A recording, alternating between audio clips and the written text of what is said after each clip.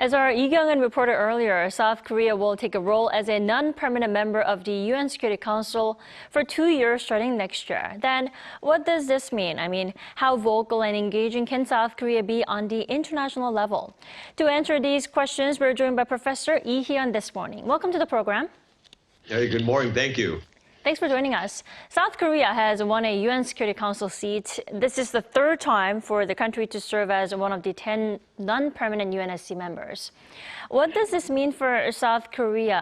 Why is it so noteworthy, Professor?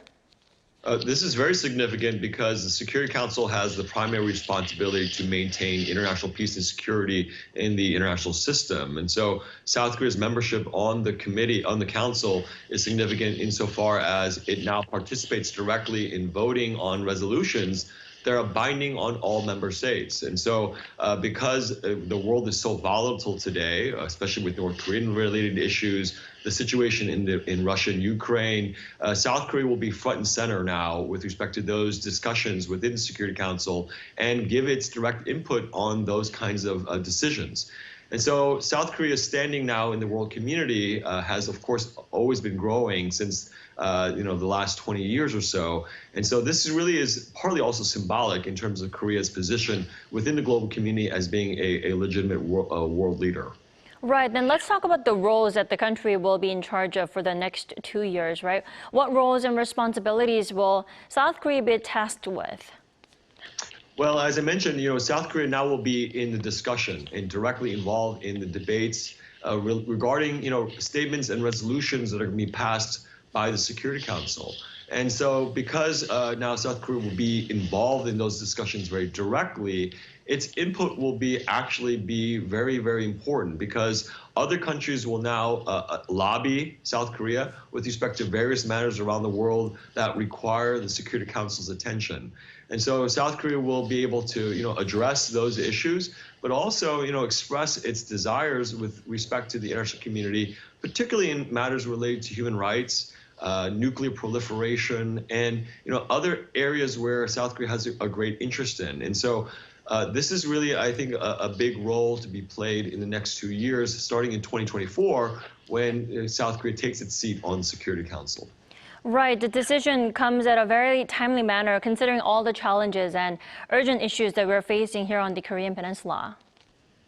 Absolutely. With respect to especially North Korean provocations, with the recent testing of the satellite missile launch, this is a topic of great concern to the region, and particularly South Korea, given the threats that North Korea presents to Seoul, particularly with respect to its missile technology and the development of nuclear weapons. And so there's great concern that North Koreans are thwarting these resolutions, which it must follow under United Nations resolutions. Right. Now, speaking of that spy satellite you just mentioned, South Korean authorities are still working to retrieve the debris of the rocket that fell into the West Sea, right? It's been a week. Professor Lee, why is it taking so long? And when it is retrieved, how much information about the rocket can we actually find out? Well, this is the debris of the rocket fell, about 200 kilometers west of South Korea, basically, and this is in the West Sea.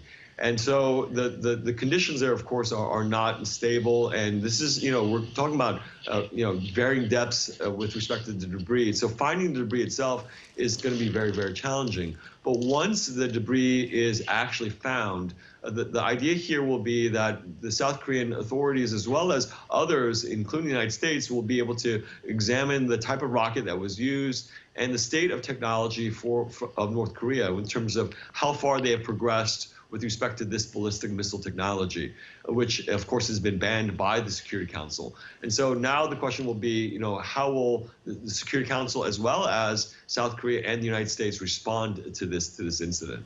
Right. The authorities are resuming their operation today, and let's see how that goes. Before we let you go, according to a recent report from Japan's Nagasaki University over the weekend, on Tuesday, North Korea is believed to own 40 nuclear warheads. Now, that means the regime has secured at least 30 more nuclear warheads over the past decade. What does that mean? What's your take on this? Yeah, it's very, very worrisome because, naturally, the whole idea of sort of the international system was to, especially in terms of rejecting North Korea's nuclear ambitions. If in fact this is true, then North Korea is, of course, even unofficially now a nuclear state. But in terms of its threat with respect to the region, obviously this is why the Washington Declaration that was recently announced between the United States and South Korea on the occasion of the summit between the two leaders, I think is very important because South Korea obviously doesn't have its own nuclear weapons. And so the question is if North Korea is able to then put them on missiles and somehow being able to deliver them, even with not with respect just to ballistic missile technology, but short-range missiles, and directly threatening South Korea, this is going to be of great concern because now the question is how will South Korea then respond given the proliferation that's happening on the peninsula? And I think this is going to be the question going forward is, what will South Korea do with respect to this threat? Obviously, given the United States concerns in the region and Japan as well, this trilateral cooperation is going to be seen as more important going forward in addressing this real threat. Indeed. Thank you so much for your insight and joining us this morning, Professor Lee Hee-eun. Yeah, you're welcome.